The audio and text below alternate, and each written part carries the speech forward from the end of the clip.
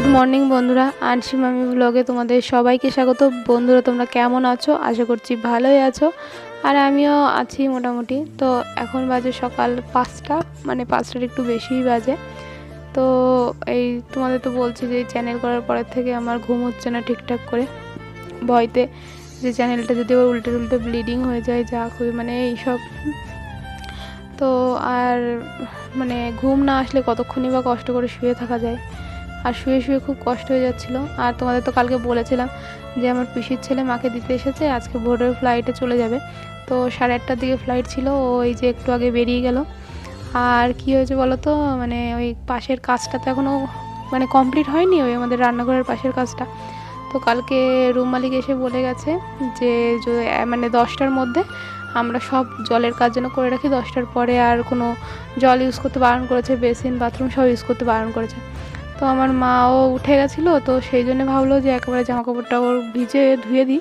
যদিও আমি বারণ করেছিলাম যে এক জায়গা থেকে এক জায়গায় এসে ঠান্ডা ঠান্ডা বাঁধাবা নাকি, কারণ এক জায়গায় মানে জলের তো পার্থক্য আছে, ওয়েদারের পার্থক্য।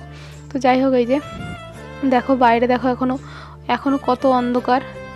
তো এর মধ্যে দেখো সবাই আমাদের দিকে হাঁ করে তাকিয়ে রয়েছে, কারণ এরকম অন্ধকারের মধ্যে ভোরে ভোরে আমরা এই যে জামাকাপড় ধুয়ে নিয়ে বাইরে এইখানে এ দেখো জামাকাপড় মেলতে এসেছি।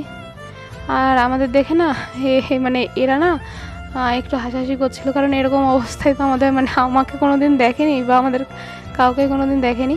আর এরা একটুখানি সকাল সকালে ঘুম থেকে ওঠে, কারণ মানে এইখানে মানে লোকাল লোকজন না একটু তাড়াতাড়ি ঘুমিয়ে পড়ে, তাড়াতাড়ি ওঠে। এখন তো শীতের বেলা বলে এতটা দেরি হচ্ছে এদের উঠতে, তো মানে গরমকালের দিনে আরও তাড়াতাড়ি ওঠে। তো ঘরে এসে আমার মা কী করবে ঘরটাও ঝাড়ু দিয়ে দিয়েছে।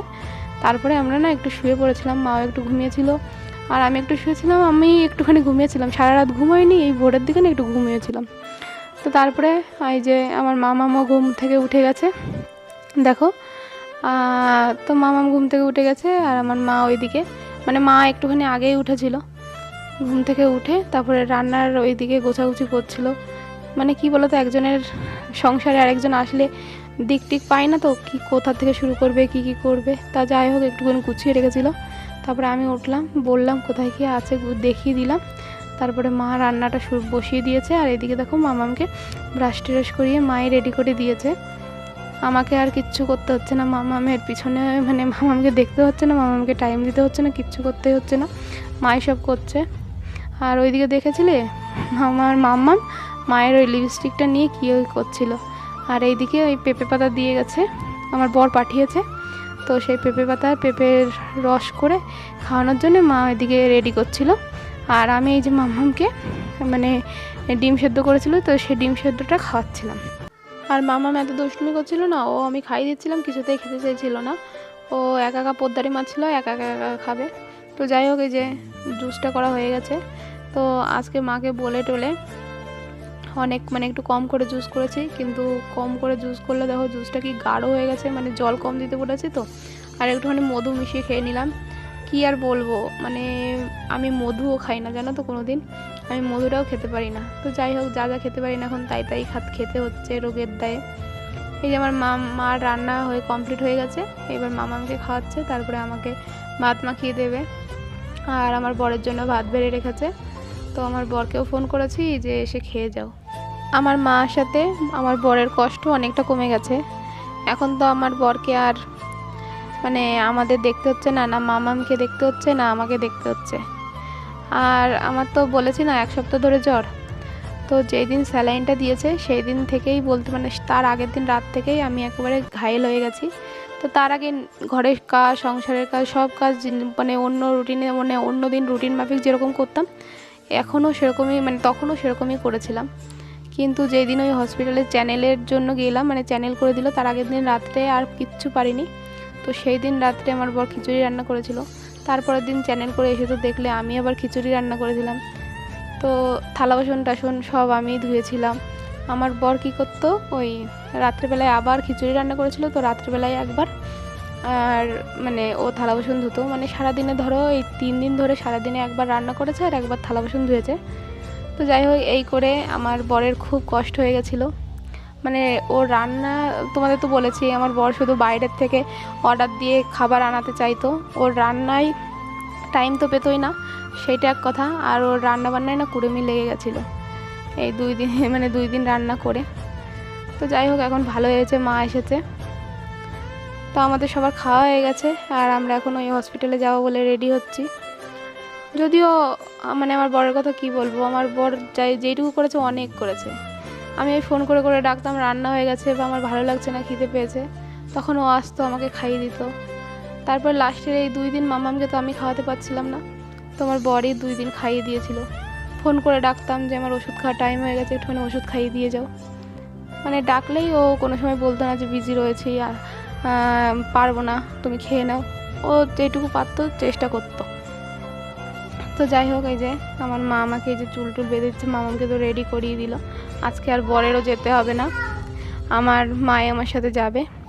আর হাসছি কেন জানো তো, আমার মামাম ওই যে আমার হাতে সিঁদুর দেখেছো, আমার মামাম ওই সিঁদুরটা নিজে পরে নিয়েছিল। একদম মানে একদম মনে হচ্ছিল কি বিয়ে, মানে একদম পুরো ঠিকঠাকভাবেই পড়েছিল জানো তো কপালে, আমরা যেরকম পড়ি। তো যাই হোক, এই কয়দিন জ্বরে না আমার, মানে হেয়ার ট্রিটমেন্ট করেছিলাম না, চুল উঠে যাচ্ছিলো বলে, তো যেই কটা চুল বাঁচিয়েছিলাম না এই কয়দিন জ্বরে তার অর্ধেকের বেশি উঠে গেছে। তো কি আর করবো বলো। তো যাই হোক, এই যে এখন মা আমাকে রেডি করিয়ে দিচ্ছে আর তারপরে আমরা বেরোবো। আমি বলেছিলাম যে মামামকে নিতে হবে না, কারণ বাচ্চা কাচ্চাদের তো হসপিটালে না নেওয়াই ভালো। মামাম যা দুষ্টুমি করে, তারপরে আবার এক জায়গায় স্ত্রী থাকে না। তো মা বলল ঠিক আছে, তোর তো দেখতে হবে না, আর আমি একা একা গিয়ে এখানে কথা বলতে পারবো না, কিছু করতে পারবো না। মামাম থাকলে আমার একটুখানি ভালো হবে, সঙ্গী সাথী পাবো, আমি ওকে দেখে রাখবো। আর তাছাড়া দোকানে রেখে গেলে মানে ও তো খুব বিরক্ত করবে, দোকানদারি করতে অসুবিধা হয়ে যাবে। তো সেই জন্য চল নিয়েই যাই। আমি অনেকবার বারণ করেছিলাম নিতে হবে না, নিতে হবে না, কিন্তু তবুও মা নিয়ে গেছিলো। কিন্তু হসপিটালে গিয়ে আমার মা খুব পস্তিয়েছে, কারণ মাম্মামের দুষ্টুমি দেখে। কারণ আমি তো জানি যে আমার মাম্মাম কেমন দুষ্টুমি করতে পারে, আর কেউ তো জানে না। এবার আমার মা মানে সোজা হয়ে গেছে আমার মাম্মামকে নিয়ে। মাম্মাম এত দুষ্টুমি করছিল না, তো মা বলছিল কি আর তোমাকে আর বিকেলবেলায় আর আনবো না। আমার মাম্মামকে তো আমি চিনি, আমার মাম্মামকে মানে সামলানো আমি ছাড়া আর কারোর পক্ষে সম্ভবই না বলতে পারো চলে। তো কেউ যদি মানে 1 ঘন্টার জন্য নিয়ে যায়, সে 5 মিনিট পরেই আবার মামামকে ফেরত দিয়ে যাবে, এরকম।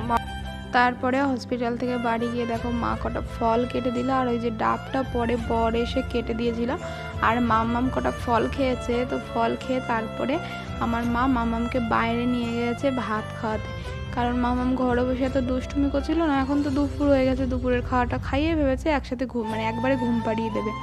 তো যাই হোক, এই যে মামামকে দেখো এই যে বাইরে খাওয়াচ্ছে, দেখো মামাম কি দুষ্টুমি করছে, দৌড়োদৌড়ি হুড়োহুড়ি এদিক ওইদিক, যেরকমটা সচরাচর করে।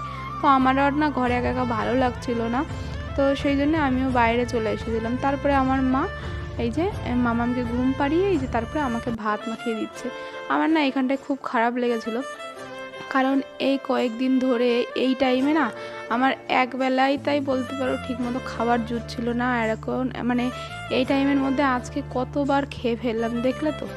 তো যাই হোক, সেই যে কথাটা মনে পড়ে খুব খারাপ লাগছিলো। আর এই যে এখন এটা হলো সন্ধ্যাবেলায়, তো এখন বাজে 7টা মতো বাজে। তো আমরা এখন হসপিটালে যাব, আর এর আগে খেয়ে দিয়ে একটুখানি শুয়েছিলাম, একটু রেস্ট নিয়েছিলাম, একটু গল্প করেছিলাম। মা মানে পুরোটা বিকেল ভরে ঘরের কাজগুলো করছিল, জামাকাপড় উঠানো, ঝাড়ু টাড়ু এইটা সেইটা কাজ করছিল, মামামকে দেখছিল।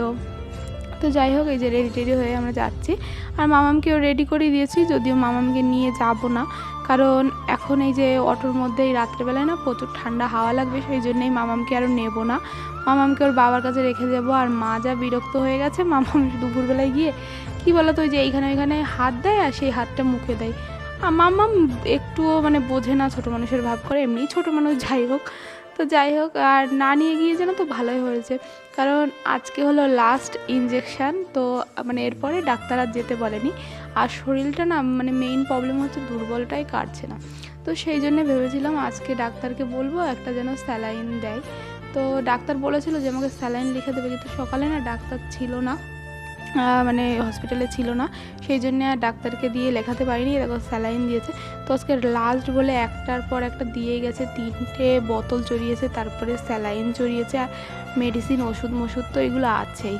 তো যাই হোক, এই দেখো আমি শুয়েছিলাম, শুতে শুতে বোর হয়ে গেছিলাম, আর আমাদের মানে হসপিটাল থেকে বেরোতে বেরোতে 11:30 বেজে গেছিলো। তো কালকে না খুবই কষ্ট হয়েছিল। তারপরে তো আরও রান্নাবান্না করে যাইনি, আর আমি তো টেনশন করছিলাম যে বাড়ি গিয়ে কাজের লোকরা, তারপরে আমরা, আমার বর, মাম্মাম এত রাতে কখন রান্না করবে, কি খাবো, কি দেখি হবে, এগুলো ভাবছিলাম। তো যাই হোক, বাড়ি গিয়ে দেখি আমার বর রীতিমতো রান্না করেছে, আর বাড়ি যেতে যেতে অনেকটা রাত হয়ে গেছিলো। তো যাই হোক, ডাক্তার তো আজ যেতে বারণ করছে, আর ডাক্তার বলেছে যদি হসপিটালে তুমি ঘুরতে আসতে চাও, হসপিটাল দেখতে চাও, তাহলেই হসপিটালে এসো। তো যাই হোক, আজকের ব্লগটা এখানেই শেষ করছি।